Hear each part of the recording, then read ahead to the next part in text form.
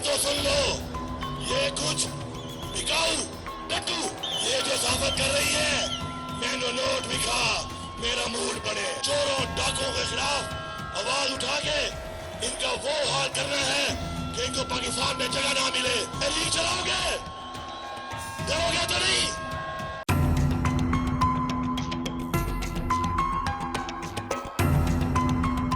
अस्सलाम वालेकुम नाजरीन, पॉलिटिकल इनसाइट में आपको खुशामदीद कहते हैं। नाजरीन, पाकिस्तान की सियासत एक मरतबा फिर गर्मा गर्मी का शिकार है और इसकी वजह पीटीआई का जलसा है। अल्लाह अल्लाह करके बड़ी मुश्किलों से पीटीआई को इजाज़त मिली जलसा करने की। इसकी बहुत शायद थी कि पुरअमन रहा जाएगा और किसी किस्म की गलत ज़बान इस्तेमाल नहीं की जाएगी, लेकिन पीटीआई अपनी हट दर्मी पर कायम रही और वही रविश अख्तियार की। ख़ास तौर पर अली अमीन गंडापुर ने जिस तरह की ज़बान इस्तेमाल की वो बहुत ही नाकाबिल बर्दाश्त है। इसी वजह से आज हमने गुफ्तगू करने के लिए मदऊ किया है सज्जाद हुसैन साहब को। आइए इनसे बात करते हैं। अस्सलाम वालेकुम सज्जाद साहब। जी वालेकुम सलाम। कैसे हैं आप? जी अल्लाह का शुक्र है। सर साहब बताइएगा, ये क्या सिनेरियो बना हुआ है पीटीआई के जलसे के बाद से जो ज़बान इस्तेमाल की अली अमीन गंडापुर साहब ने? क्या ये एक इतने मोतबर लीडर को, एक सूबे के वज़ीर आला को ये बातें अजीब देती हैं और इस सियासत का क्या रुख होगा इसके बाद? बिस्मिल्लाहिर्रहमानिर्रहीम, बहुत शुक्रिया। अनफॉर्चुनेटली पाकिस्तान के अंदर जितने भी सियासतदान हैं, हमारी जो पॉलिटिकल लीडरशिप है, उनके अगर माजी के बयानात भी देखे जाएँ तो वो कोई तसल्ली बख्श नहीं होते। अखलाकियात का हमारे यहाँ बहुत फुकदान है। अभी रिसेंटली आपने अभी कहा कि अली अमीन गंडापुर साहब ने जो ज़ुबान इस्तेमाल की है, बेसिकली मुझे जहाँ तक लगता है कि वो इनके अंदर ऐसी फ्रस्ट्रेशन पाई जाती है कि इमरान खान साहब को जेल से रिहा करवाने के लिए वो प्रेशराइज़ करना चाह रहे हैं, इदारों को प्रेशराइज़ करना चाह रहे हैं, वो अदलिया को, और हुकूमत पर ये ज़ोर देकर कोई ना कोई ऐसा सोल्यूशन निकालना चाह रहे हैं जिसके बायस इमरान खान साहब को जेल से रिहा करवाया जाए। मुझे लगता है कि ये जितनी उन्होंने ज़ुबान इस्तेमाल की है उसके पीछे उनका सिर्फ एक ही एजेंडा हो सकता है कि किसी सूरत इमरान खान साहब के लिए कोई ना कोई ऐसी राह, कोई ऐसी सूरत निकाली जाए जिसके ज़रिए वो बाहर आए। तो सर क्या समझते हैं तरीक़ाकार दुरुस्त है? क्या इस तरह इमरान खान बाहर आ जाएंगे इस तरीक़ाकार से? वैसे माजी में तो हमने कोई ऐसी मिसाल नहीं देखी, चाहे वो नवाज शरीफ साहब जेल में रहे हैं या जरदारी साहब जेल में रहे हैं, तो किसी भी पॉलिटिकल पार्टी की तरफ से जो कि इतने बड़े ओहदे पर हैं, वज़ीर आला हैं, और उनकी तरफ से इस तरह की बिल्कुल गैर अखलाकी ज़ुबान का इस्तेमाल करना थोड़ा सा अच्छा नहीं है, मुनासिब नहीं है।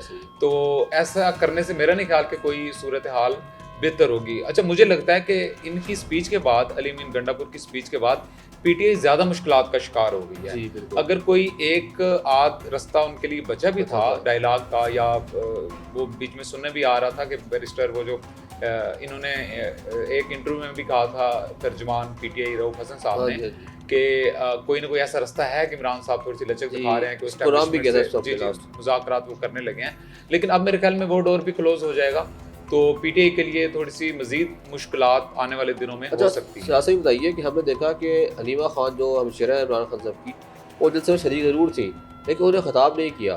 तो क्या लगता है यहाँ तकसीम नज़र आ रही है पीटीआई में कहीं आपको? पीटीआई के अंदर देखें, जब से इमरान खान साहब जेल में गए हैं उसके बाद पीटीआई के अंदर जो मेन जो कमांड थी वो उसका फुकदान नज़र आया हमें। ठीक है, चेयरमैन जो हैं वो भी चेंज हुए, और इसमें यह भी है कि पार्टी के अंदर तकसीम मौजूद है।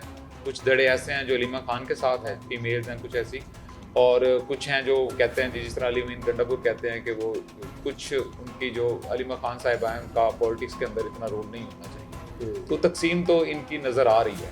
इवन कि इमरान खान साहब का भी अभी जेल से बयान है कि जो अली अमीन गंडापुर ने स्पीच की है उसको उन्होंने करज किया है, मतलब कि ठीक है, और उन्होंने जो माफ़ी मांग रहे हैं कि जो लोग इस स्पीच के एंटी हैं वो बुज़दिल हैं। तो इमरान खान साहब का जो बयानिया है इस्टेब्लिशमेंट के खिलाफ, वो अभी तक वैसी की वैसी है कि उन्होंने जो ताकतवर तरीन हल्के हैं उनको उन्होंने टारगेट का निशाना, तो उन्होंने उसको टारगेट करना है। अभी बात की आपने मोहम्मद साहब के बयान जेल से जाया है, उन्होंने एक और बयान दिया है, कल नज़र से गुजरा है हमारी, कि उन्होंने कहा जी मैं मज़ाकरात किसी से नहीं करूँगा, बशमूल इस्टेब्लिशमेंट तमाम रास्ते बंद हैं मज़ाकरात के। तो सर आप क्या देखते हैं, क्या वो नहीं करेगा या उनका मुँह ही लगाया जा रहा? इसमें रोशनी डालिए, क्या वो ताकतवर इतने हैं कोई ये बात कर सके या उनको कोई लिफ्टिंग कराई जा रही दूसरी तरफ से? अच्छा, वह देखा जाए तो दोनों ऑप्शंस हैं। एक तो अगर इस्टेब्लिशमेंट चाहती है कि मुज़ाकरात हों उनसे, और इमरान खान साहब जेल में बैठे हुए कहते हैं जी मैंने तो मुज़ाकरात नहीं करने, तो फिर भी डेडलॉक बरकरार रहेगा। और अगर इमरान खान साहब चाहते हैं कि मुज़ाकरात हों और आगे से इस्टेब्लिशमेंट चाहती है कि हमने नहीं करने, तो फिर भी डेडलॉक जो है उसका बरकरार होगा। तो मेरा ख्याल है कि इनका कोई ऐसा सोल्यूशन अभी तक कोई निकला नहीं है पॉलिटिकली जिनसे ये बर्फ़ थोड़ी सी पिघले और इमरान खान साहब के लिए कोई रास्ता बने। तो इसलिए मेरा ख्याल है कि इमरान खान साहब ने ये जेल से बयान दिया है कि अभी तक कोई ऐसा मुज़ाकरात का मैं नहीं करूँगा। और दूसरा एक और चीज़ भी हमें मद्देनज़र रखनी चाहिए कि गुज़श्ता दिनों जब इमरान खान साहब जब जनरल फैज़ हमीद साहब गिरफ्तार हुए हैं, तो उसके बाद और उनकी गिरफ्तारी से कुछ दिन पहले उन्होंने जो अडियाला जेल है वहाँ से कुछ मुलाजमीन को भी अरेस्ट किया है, ठीक है, उसमें कुछ खवातीन भी शामिल हैं जो कम्युनिकेशन का एक रोल प्ले कर रही थी, ठीक है। तो उस कम्युनिकेशन से काफ़ी हद तक इमरान खान साहब को इंफॉर्मेशन मिल रही थी और इमरान खान साहब भी अपना पैगाम जिसको चाहते वो पहुंचा देते थे, ठीक है। तो अब वो कम्युनिकेशन भी मेरा ख्याल है जो सिक्योरिटी इदारे उन्होंने स्टॉप किया है।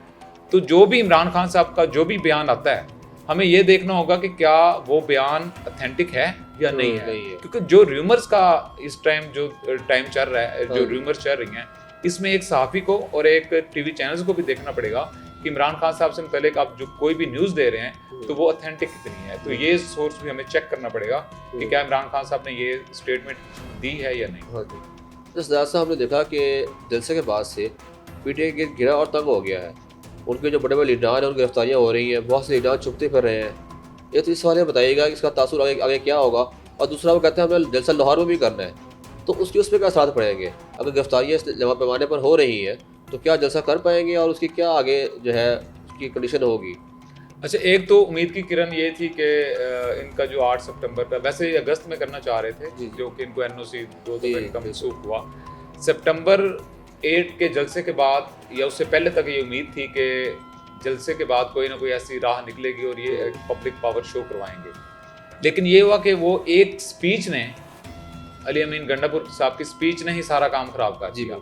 उसके बाद उन्होंने इतना हार्ड आईएसपीआर, डीजी आईएसपीआर साहब को उन्होंने तनकीद की, उन्होंने अदलिया पे निशाने बांधे, इसके अलावा उन्होंने सीएम पंजाब पे भी उन्होंने तनकीद की है, ठीक है। और उन्होंने एक और बात भी की है जो कि काफ़ी डेंजरस है कि आपको बांग्लादेश की मिसाल देखनी चाहिए। मतलब कि पाकिस्तान के अंदर ऐसे हालात पैदा हो सकते हैं जिनके बायस पाकिस्तान के हालात बांग्लादेश जैसे हों, ठीक है। तो वो भी उनका ये भी कहना था कि अगर आप नहीं छोड़ेंगे, और 2 वीक का उनका अल्टीमेटम था कि 2 वीक का अल्टीमेटम है, इमरान खान को छोड़ें या फिर हम खुद उनको रिहा करेंगे। तो ये एक धमकी भी है सीधी की सीधी। तो मेरे ख्याल में इस तरह का जो एग्रेशन है वो इस लेवल पे कि सीएम लेवल पे कोई बंदा करने जा रहा है, तो इसका कोई पॉलिटिकल हल नहीं निकलेगा कभी भी। दूसरी तरफ ये है कि जो एनओसी दिया गया था इधर से इस्लामाबाद की इंतजामिया की जानिब से, वो था शाम 4 बजे से लेके 7 बजे तक, ठीक है। अच्छा, एनओसी में भी थोड़े से मसले हैं कि अगर किसी पार्टी को आप एनओसी दे रहे हैं तो एटलीस्ट उनको इतना मार्जिन तो दें कि वो अपना जलसा करें, स्पीचेस करें। और हमारे यहाँ ये होता है कि इस्लामाबाद है या लाहौर है, उसके अंदर तकरीबन 7-8 बजे के बाद ही पब्लिक आती है। तो एक तो ये एनओसी की टाइमिंग बिल्कुल सूटेबल नहीं थी, उसके बाद तो वो वायलेशन में जाना ही जाना था। उसके बाद जलसे के बाद जो धड़ाधड़ गिरफ्तारियां हैं, सॉफ्ट कॉर्नर लेगी पीटीआई इन गिरफ्तारियों से कि हम जो हैं मुसलसल उसका शिकार हैं, एक ताकतवर जो इदारा है उसका, और हमें गिरफ्तारियों का सामना है। आपने माजी में देखा होगा कि ये जो टाइम है ये सिर्फ पीटीआई पे नहीं आया, बल्कि ये पाकिस्तान पीपल्स पार्टी भी भुगत चुकी है, और इमरान खान साहब के दौर में ये टाइम मुस्लिम लीग नून भी भुगत चुकी है, और अब बारी जो है वो आई है पाकिस्तान तहरीक इंसाफ की। तो इस जो हमाम है इसमें कोई बचना नहीं है, ये सब ने इससे गुजरना है। आज इनकी बारी तो कल किसी और की, ये तो टाइम बताएगा, लेकिन मुझे लगता है कि ये उससे कुछ सॉफ्ट इमेज जो है वो बन पाएगा इनका पीटीआई का। अच्छा, ऐसे बताइएगा कि अक्टूबर में क्या देख रहे हैं? अभी जो अगला महीना आ रहा है सियासी लिहाज से कितना अहम है? अच्छा, पाकिस्तान की अगर तारीख पर नज़र दौड़ाई जाए तो अक्टूबर का महीना बहुत अहम है। हमने कई मार्शल लॉ भी देखे हैं अक्टूबर में ही लगे हैं, और नवाज शरीफ साहब पे जितना मुश्किल वक्त आया वो भी अक्टूबर के महीने में आया। इवन के 2005 का जो ज़ल्ज़ला था वो भी अक्टूबर में आया, और अभी रिसेंट भी अक्टूबर मेरा ख्याल है भारी साबित हो सकता है पाकिस्तान के लिए, क्योंकि हमें बलूचिस्तान के अंदर भी काफ़ी मुज़ाहमत का सामना है। केपीके के अंदर आपने खुद देख लिया कि एक पूरी जमात जो है वो एक सूबाई तासुब को लेकर वो खड़ी है।